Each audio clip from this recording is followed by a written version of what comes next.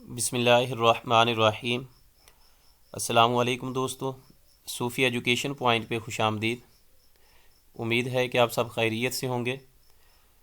آج ایک نئی ویڈیو کے ساتھ آپ کی خدمت میں حاضر ہیں، اور آج کی اس ویڈیو میں ہم بات کریں گے پی پی ایس سی کے تھرو ہونے والے عربک لیکچرر کے انٹرویو کے بارے میں، اور 15 جنوری کو ہونے والا عربک لیکچرر کا جو انٹرویو تھا اس میں پوچھے جانے والے سوالات، ان کے بارے میں آج کی اس ویڈیو میں بات کریں گے۔ سب سے پہلے ہمارے پاس جو سوال ہے جو پینل کی طرف سے پوچھا گیا وہ ہے کہ جمع قلت کے اوزان کتنے ہیں۔ تو سب سے پہلے ہم جانیں گے کہ جمع قلت کہتے کسے ہیں، پھر اس کے اوزان کے بارے میں بات کریں گے۔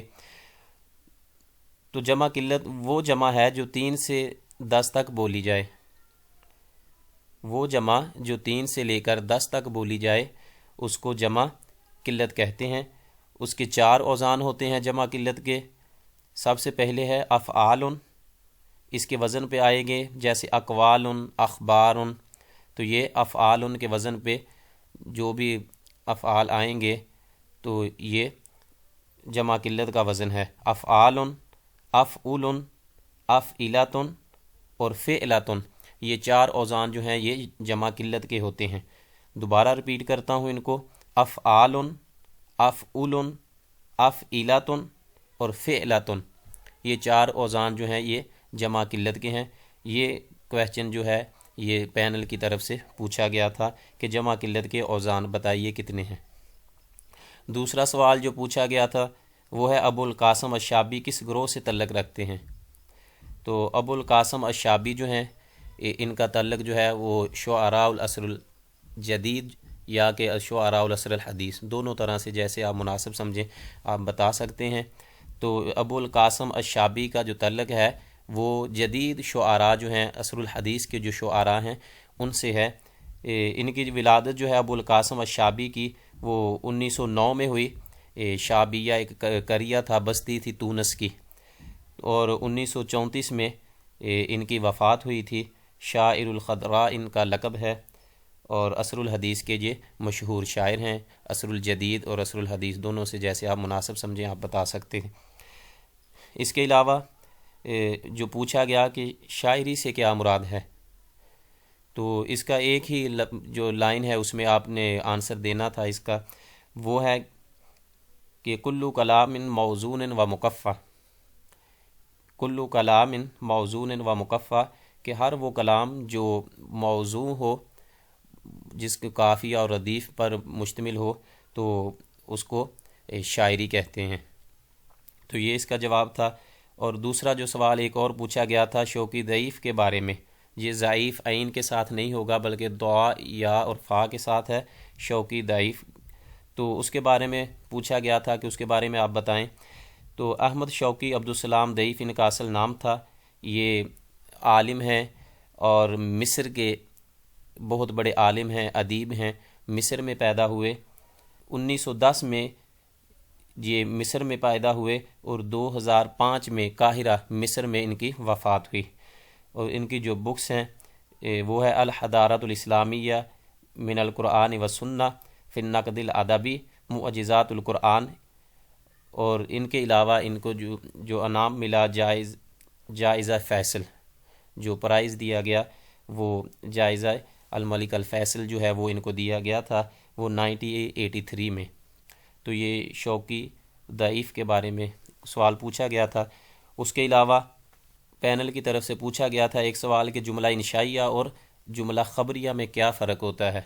تو ایک ویڈیو میں جب میں نے ایم سی کیوز کا سلسلہ شروع کیا تھا علم البلاغت میں، تو اس میں اس کی وضاحت دی تھی کہ جملہ انشائیہ وہ جملہ ہوتا ہے کہ جس میں ہم بات کرنے والے کو جھوٹا یا سچا نہ کہہ سکیں۔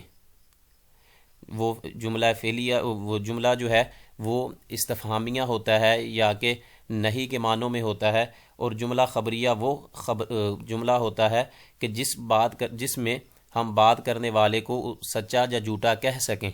مثلا جملہ خبریہ کی ایک مثال آپ کو کے ساتھ شیئر کرتا ہوں کہ جیسے زید عالم، زید جو ہے وہ عالم ہے، اگر تو وہ حقیقت میں عالم ہے تو ہم سچا کہہ سکتے ہیں کہ زید جو ہے وہ عالم ہے۔ مرکب ناقص اور مرکب توصیفی کے بارے میں پوچھا گیا کہ اس میں فرق بتائیں، کیا فرق ہے؟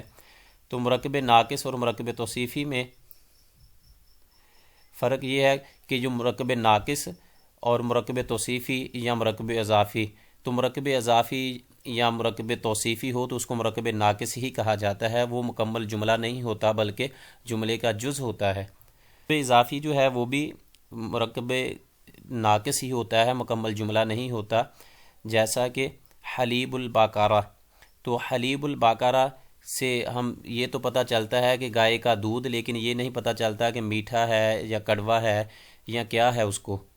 تو یہ بات جو ہے سن کر، جملہ جو ہے سن کر بات کلیئر نہیں ہوتی، تو اس لیے اس کو جو ناقص کہتے ہیں، مرکب ناقص کہتے ہیں۔ مرکب توصیفی بھی اور مرکب اضافی جو ہے وہ مرکب ناقص کی مثال ہوتی ہے۔ اس کے علاوہ پوچھا گیا کہ عصر جدید کے شعراء کے نام بتائیں، تو کافی سارے نام ہیں، اس میں آپ بتا سکتے ہیں کہ جیسے میں نے پہلے ذکر کیا کہ شوقی ضعیف ہے، احمد شوقی ہے، اس کے علاوہ ابو القاسم الشابی کا ذکر گزرا ہے کیا ہے، تو ابو القاسم الشابی ہیں۔ عصر جدید کے شعراء میں سے حافظ ابراہیم ہے، ان سب کے جو رئیس ہیں محمود سامی البارودی ہیں۔ تو یہ جتنے بھی ہیں یہ عصر الجدید کے شعراء ہیں، تو ان میں سے آپ 5-7 کے جو نام ہیں وہ یاد کر سکتے ہیں اور بتا سکتے ہیں۔ اس کے علاوہ لغت الام کی تعریف پوچھی گئی کہ لغت الام جو ہے اس کی تعریف کریں، تو اس کی 2 ڈیفینیشن ہے۔ اس کے علاوہ بھی اپنے لفظوں میں آپ بتا سکتے ہیں کہ اللغت الام ہی اللغہ التی یتعلمها الانسان فی بیعتہ و ثقافتہ، کہ لغت الام وہ لینگویج ہے، وہ لغہ ہے کہ جو انسان سیکھتا ہے فی بیعتہ و ثقافتہ، جو اپنے ماحول میں اور اپنے ثقافت میں، اپنے ارد گرد کے ماحول میں سیکھتا ہے، تو اس کو لغت الام کہتے ہیں۔ یا کہ اللغہ التی تعلمها الشخص عندما کان طفلا، یا لغت الام وہ لغت ہے کہ جو انسان سیکھتا ہے عندما کان طفلا، جب وہ بچپن ہوتا ہے، اس کا چھوٹا ہوتا ہے، بچہ ہوتا ہے، جب وہ زبان جو وہ سیکھتا ہے تو اس کو لغت الام کہتے ہیں۔ اس کے علاوہ ثلاثی مزید فی کی جو ہیں وہ اقسام پوچھی گئی کہ کتنی ہیں۔ ثلاثی مزید فی کی جو اقسام ہیں وہ ایک زیادہ تر جو ہیں وہ 12 بیان کی جاتی ہیں، اس کے علاوہ 15 بھی آتی ہیں، جیسا کہ ثلاثی مزید فی کے ابواب ہیں افعال، تفعیل، مفاعلہ، استفعال، دیگر جتنے بھی افعال ہیں تو یہ ثلاثی مزید فی کے ابواب ہیں، تو یہ ان کی اقسام پوچھی گئیں۔ اس کے علاوہ بھی پوچھا جاتا ہے کہ ثلاثی مزید فی کے جو ابواب ہیں وہ کیسے بنتے ہیں، یا تو 1 حرف زائد کرنے سے بنتے ہیں، یا 2 حروف کا اضافہ کرنے سے، یا پھر 3 حروف کا اضافہ کرنے سے ثلاثی مزید فی کے ابواب جو ہیں وہ بنتے ہیں۔ اور اس کے علاوہ پوچھا گیا علم البلاغت میں سے ایک کویسچن جو تھا کہ علم البیان کی تعریف اردو میں کریں، تو علم البیان جو ہے یہ علم البلاغت کا اہم ٹاپک ہے۔ علم البلاغت کو 3 حصوں میں تقسیم کیا جاتا ہے، 3 اقسام ہیں اس کی، علم البیان ہے، علم المعانی ہے اور علم البدیع۔ تو علم البیان کی انہوں نے ڈیفینیشن پوچھی کہ اردو میں آپ بتائیں، تو اصل میں علم البیان کا جو معنی ہے وہ ہے واضح کرنا اور روشن کرنا، یہ اس کا اصلی معنی ہے علم البیان کا۔ اور اس کا جو عربی میں ہم اس کی جو ڈیفینیشن ہے وہ ہے کہ العلم الذی یعبر به عن المعنى الواحد بطرق مختلفہ، کہ ایسا علم یعبر به عن المعنى الواحد کہ جس میں ایک ہی معنی کو بیان کیا جاتا ہے، تعبیر کیا جاتا ہے بطرق مختلفہ، مختلف طریقوں سے۔ تو یہ علم البیان کی عربی میں ڈیفینیشن سی، بہرحال ہم نے اردو میں بتانی تھی آپ نے اس کو۔ تو اس کا اصل جو ہے کہ تحریر کو آراستہ اور پیراستہ کرنا، یا کہ علم البیان ایسے قاعدوں اور مجموعے کا نام ہے جس کو جان لینے کے بعد مضمون یا بات کو مختلف طریقوں سے ادا کیا جائے۔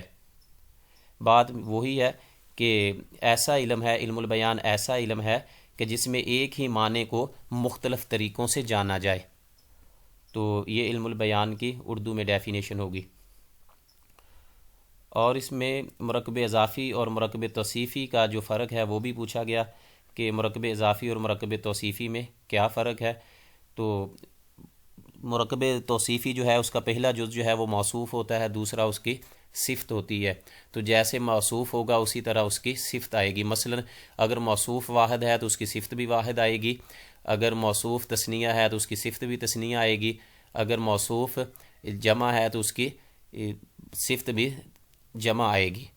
جیسے راجل مجتہد، تو اگر موصوف نکرہ ہے تو اس کی صفت جو ہے وہ بھی نکرہ ہی آئے گی۔